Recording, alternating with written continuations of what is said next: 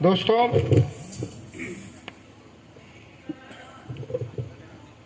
ये चुनाव हिंदुस्तान के तारीख का एक अहम हिस्सा बनने जा रहा है। ये किसी राज्य में किसी को मुख्यमंत्री बनाने की लड़ाई नहीं है, न किसी को एमएलए बनाने की लड़ाई है। सही हमारे काबिल साथी ने जो बोल रहे थे कि ये लड़ाई, इस देश में लोकतंत्र रहेगा, संविधान बचेगा, क्योंकि जिन फाशिस्ट ताकतों के हाथ में देश की सत्ता की बागडोर है, वह हिटलर से भी ज्यादा जालिम है और जुल्मी भी। और सबसे बड़ा निशाना, माफ करेंगे, मैं इस देवैठा गांव के बारे में बहुत तक तफसील से मुझे नहीं, लेकिन इस सबसे बड़ा निशाना, इस सरकार का टारगेट इस देश का मुसलमान है और अक़लियत तबका, चाहे सिख हो, मुसलमान हो या ईसाई। ताली ना बजाएं, टारगेटेड आप हो। कल हरियाणा के गांव में मुसलमानों के मकान तोड़ दिए गए, घुस करके जलाए गए, सोशल मीडिया पर आपने देखा होगा।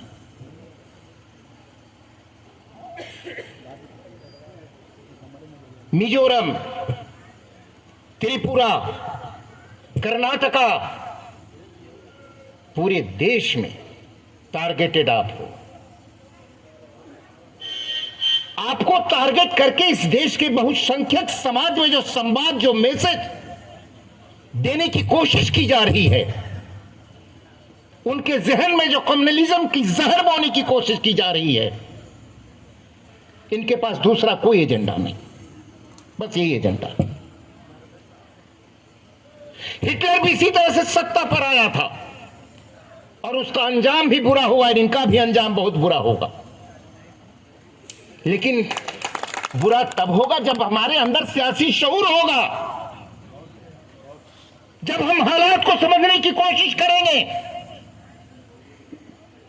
वक्त ज्यादा नहीं गुजरा, पूरी एनआरसी की लड़ाई में उत्तर प्रदेश में आपने देखा 72 लोग मारे गए। जो नुकसान हुआ, हाई सरकार ने नियम कायदे के ताक पर रख करके उनको हर्जाना वसूलने का काम करने शुरू कर दिया। खैर हो सुप्रीम कोर्ट का कि जी उसने रोकने का काम किया। आपने देखा अभी गुरमीत राम रहीम, जिन पर इल्जाम था पंचकूला से लेकर के चंडीगढ़ को चलाने में, 90 से ज्यादा गाड़ियों को जला दिया, सरकारी गाड़ियों को, प्रेस की गाड़ियों को, सैकड़ों दफ्तर में आग लगा दिए गए, 177 लोगों पर एफआईआर हुई,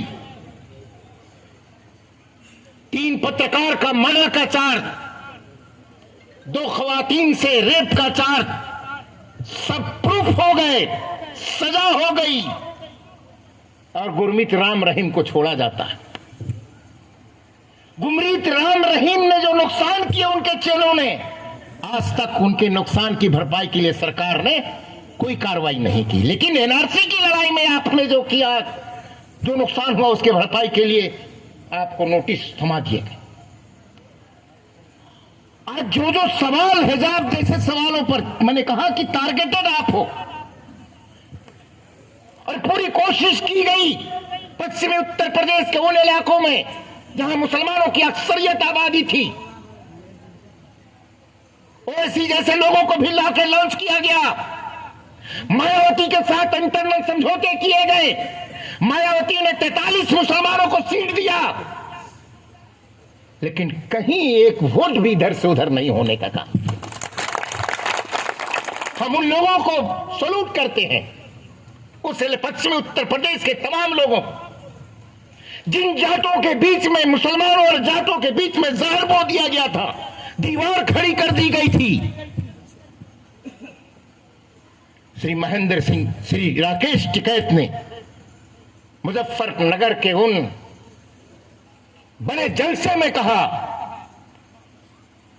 हर हर महादेव और अल्लाह अकबर का नारा लगाते हुए मुसलमानों और जाटों के बीच में जो नफरत की दीवार थी उसे गिराया। और कहीं उन पश्चिमी उत्तर प्रदेश में टसमस नहीं हुआ एक वोट। हम कहना चाहते हैं यहां के नौजवानों से, नौजवानों और बुजुर्गों से भी, इस मुल्क में आप हराना चाहते हो नरेंद्र मोदी को, ये खत्म करना चाहते हो को नहीं, पूछ रहा हूं आप ही से सवाल।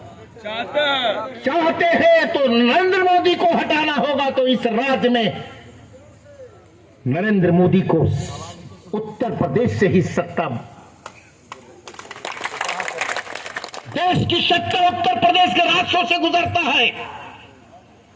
इसलिए कहीं उधर उधर देखने की जरूरत नहीं है।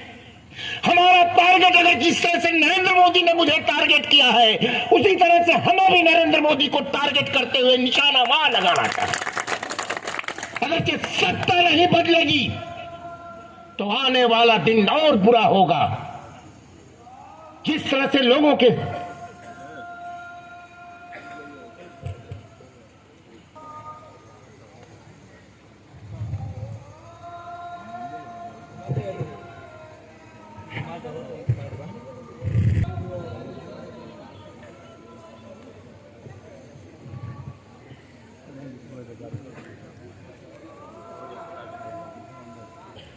नरेंद्र मोदी को खत्म करना है सियासत के पेश मंजर से, तो वो रास्ता उत्तर प्रदेश से होकर गुजरता है।